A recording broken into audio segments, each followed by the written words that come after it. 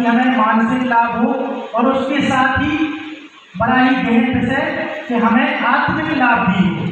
क्या हो? आत्मिक लाभ भी हो। हमारा अंतिम लक्ष्य क्या है? मोक्ष को पाना। हर इंसान को मरना है ना, लेकिन हमारा अंतिम लक्ष्य हो क्या है?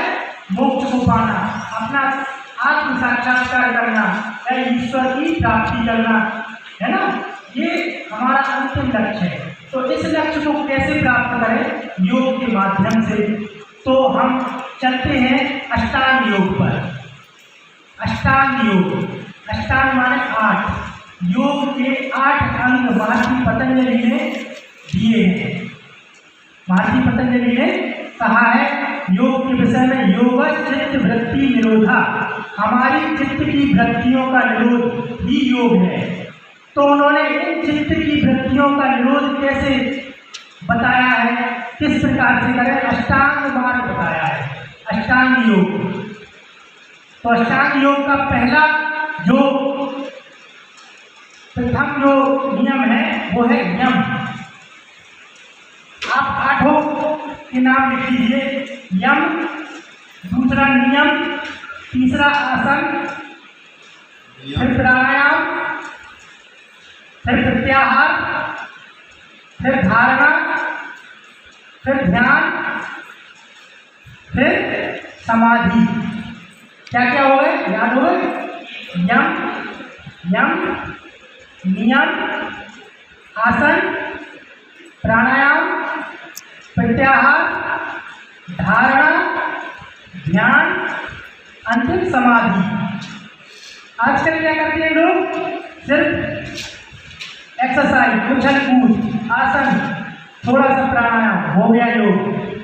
ये योग नहीं है केवल, योग के 8 आयाम हैं। इन 8 अंग को अपनाकर, इन आयामों पर चलकर ही आप अंतिम लक्ष्य पर पहुंच पाएंगे। जिसका प्रथम आयाम क्या है? यम। यम के भी 5 अंग हैं। यम में क्या क्या पालन करना है हमें? सबसे पहला सत्य, दूसरा अस्तेय। सत्य आदि समझ गया? सत्य बोलना, झूठ ना बोलना, है ना। अस्तेय माने चोरी ना करना। चोरी जिस जिस प्रकार से होती है वो नहीं करना। मानसिक चोरी भी, मन में भी अगर हम सोच रहे हैं तो वो चोरी में आना चाहिए। सत्य, अस्तेय, अहिंसा। अहिंसा माने किसी भी चीज की हत्या नहीं करना, मन से भी नहीं, वचन से भी नहीं, अपनी वाणी के द्वारा भी किसी को कष्ट ना देना, अहिंसा। सत्य, अस्तेय, अहिंसा, अपरिग्रह। अपरिग्रह माने जितना हमें आवश्यक हो उतना ही संग्रह करना, आवश्यकता से अधिक संग्रह ना करना, है ना। आपको केवल पानी पीने के लिए 1 गिलास आवश्यक है और 10 गिलास जोड़ दिए, है ना, तो वो आवश्यकता से अधिक हो गया, तो अपरिग्रह। सत्य, अस्तेय, अहिंसा, अपरिग्रह, कितने हो गए? कितने बचे? एक और बचा, कौन सा? ब्रह्मचर्य।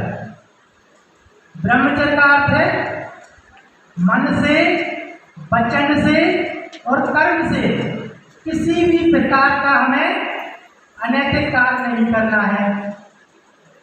इंद्रियों पर हमें संयम रखना है, ये ब्रह्मचर्य। यम के 5 अंग हो गए। दूसरा क्या आता है? नियम। नियम के फिर 5 अंग हैं। कौन कौन से? शौच। शौच मतलब शारीरिक शुद्धि करते हैं, शौच जाते हैं ना, तो जैसे शारीरिक शुद्धि के अलावा मानसिक शुद्धि भी की जाती है। शरीर की और मन की शुद्धि शौच। दूसरा संतोष। हर परिस्थिति में जितना भी ईश्वर ने दिया है उसमें हमें क्या करना है? संतोष रखना है। तीसरा तप। तप माने तप करना, अपने आप को तपाना, साधना करना। जो आप यहाँ पर क्या कर रहे हैं? साधना। क्या है? साधना, यानी तप कर रहे हैं आप लोग, कर रहे हैं ना, तो तप। चौथा स्वाध्याय। हमें क्या करना है? स्वाध्याय करना है, अच्छे ग्रंथों का अध्ययन करना है, सब चिंतन करना है। वो क्या हो गया? स्वाध्याय। अब कौन सा बचा? आखिरी है ईश्वर प्राणिधान। मतलब हमें अपनी वृत्तियों को ईश्वर में लगाना, ईश्वर का ध्यान करना, ईश्वर के बारे में चिंतन करना, ईश्वर की जो बनाई हुई प्रकृति है उसकी अनुभूति करना। ईश्वर प्राणिधान हो गया ना? कौन कौन से अंग हो गए? यम और नियम। यहीं से याद करके जाना है, कॉपी नहीं पलटना है। क्या करके जाना है? और ये सारी की सारी चीजें हम योग को कर रहे हैं तो वो अपने ऊपर अप्लाई कर रहे हैं, अपने जीवन में हम उतार रहे हैं। यम का पालन कर रहे हैं, नियम का पालन कर रहे हैं, उसके बाद तब तीसरी अवस्था में प्रवेश करते हैं। कौन सी? आसन। आसन क्या है? आसन की परिभाषा कही गई है स्थिर सुखासनम, स्थिरम सुखासनम। जो ऐसी आसन, ऐसी अवस्था जिसमें हमें सुख प्राप्त हो, वो क्या है? आसन। लेकिन आसन के कई भेद हैं। हठ योग के अनुसार करीब 8400 आसन बताई गई हैं हठ योग के अंतर्गत। विभिन्न प्रकार की कठिन कठिन आसन हैं हठ योग के अंतर्गत। तो मुख हम आपको जैसे आसन बताएं, आप लोग बैठते हैं रीढ़ की हड्डी सीधी करके, एक जांघ पर दूसरा एड़ी रखते हैं, दूसरे पर दूसरी, तो पद्मासन। पद्मासन में ऋषि मुनि तपस्या करते थे। दूसरी सिद्धासन, अर्ध पद्मासन, और अगर ये भी ना बन पाए तो आपको सुखासन में बैठना है, आलसी फालसी मारकर सुखासन, ठीक है ना। और विभिन्न प्रकार के आसन है, रोग के हिसाब से आसन है ना। खाना खाने के बाद हम जिस आसन में बैठते हैं उसके विषय में अभी हमारे मुकेश जी आपको बताएंगे कि खाना खाने के बाद कौन सी आसन में बैठ सकते हैं। बाकी जो भी आसन है वो खाना खाने के पहले, यानी हमारा पेट खाली होना चाहिए, उसमें हम आसन लगाएंगे, ठीक है ना। तो आसनों के प्रकार हैं, विभिन्न प्रकार हैं, और उनको विस्तृत रूप से बताने का अवसर जब होगा तब आपको बताएंगे हम, ठीक है ना। अब आते हैं आसन के बाद कौन सा है? प्राणायाम। प्राणों का आयाम। आयाम माने जैसे घड़ी की सुई होती है ना, पेंडुलम, इस तरह से जाता है आता है, ये क्या है? आयाम। ऐसी सांसों का अंदर बाहर जाना क्या है? आयाम। प्राणों का आयाम, जो हम प्राण वायु अपने अंदर ग्रहण करते हैं प्राणायाम के माध्यम से, है ना। सांस जब हम लेते हैं तो उस क्रिया को कहते हैं पूरक। क्या कहते हैं? और जब छोड़ते हैं तो उस क्रिया को कहते हैं रेचक। क्या कहते हैं? और जब हम सांस को थोड़ी देर तक रोकते हैं तो क्या कहते हैं? कुंभक। अब कुंभक दो प्रकार के होता है, एक तो अंता कुंभक, जब अंदर सांस रोकेंगे तो अंता कुंभक, बाहर सांस रोकेंगे तो बाह्य कुंभक, ठीक है ना। तो ये पूरक, रेचक और कुंभक की प्रक्रिया हो गई, सांसों का आना और जाना, ठीक है। प्राणायाम विभिन्न प्रकार के होते हैं।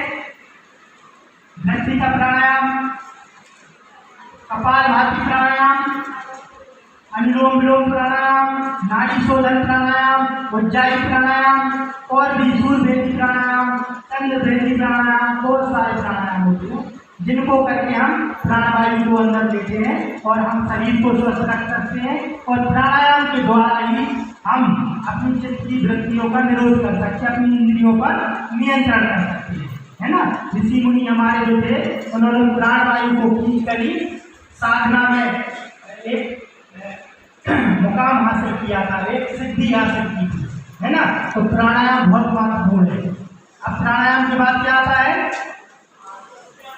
प्रत्याहार। प्रत्याहार मतलब अपनी चित्त की वृत्तियों को एक जगह केंद्रित करना। जैसे मधुमक्खी का छत्ता देखा है ना, मधुमक्खी का छत्ता, उसमें जो रानी मधुमक्खी रहती है वो बैठ जाती है तो सारी की सारी मधुमक्खियां एक जगह एकत्रित होने लगती है ना। ऐसे ही हम जब अपनी वृत्तियों को केंद्रित करते हैं, आत्म केंद्रित करते हैं, तो पूरी जो वृत्तियां होती हैं वो एक जगह स्थिर हो जाती है, नियंत्रण होने लगता है ना। तो ये हो गया प्रत्याहार। प्रत्याहार के बाद धारणा। जब हम किसी एक चीज पर अपनी अपने ध्यान को एकत्र करते हैं, केंद्रित करते हैं, उसे क्या कहते हैं? धारणा। जैसे हम इस तरफ देखेंगे, साउंड की तरफ, इसकी तरफ चलना की धारणा, है ना, एकाग्र करना, तो क्या हो गया? धारणा। उसके बाद क्या आता है? धारणा के बाद ध्यान। ध्यान समाधि के एक पहले का स्टेप है या आयाम है, ध्यान। हमारे जो पूर्वज थे, हमारे जो ऋषि मुनि थे, ध्यान के द्वारा ही इतनी ऊंचाइयों को उन्होंने छुआ। महात्मा बुद्ध हो, महावीर स्वामी हो, शंकराचार्य हो, स्वामी विवेकानंद हो, ध्यान की विभिन्न विधियों को उन्होंने बताया और ध्यान के द्वारा ही उन्होंने आत्म साक्षात्कार किया, ईश्वर की प्राप्ति की। ईश्वर की प्राप्ति कर, उनका साक्षात्कार कर जो भी अनुभव थे, उन्होंने वो सारी दुनिया के समक्ष प्रस्तुत कर दिए। इसके द्वारा, ध्यान के द्वारा। ध्यान को एकाग्र करने का सबसे अच्छा एक तरीका हम आपको बता रहे हैं। अपनी सांसों की ओर देखो। हम आंखें बंद करके अपनी आती हुई जाती हुई सांसों पर अपना मन एकाग्र करते हैं, तो हमारा ध्यान केंद्रित होने लगता है, धीरे धीरे केंद्रित हो जाएगा।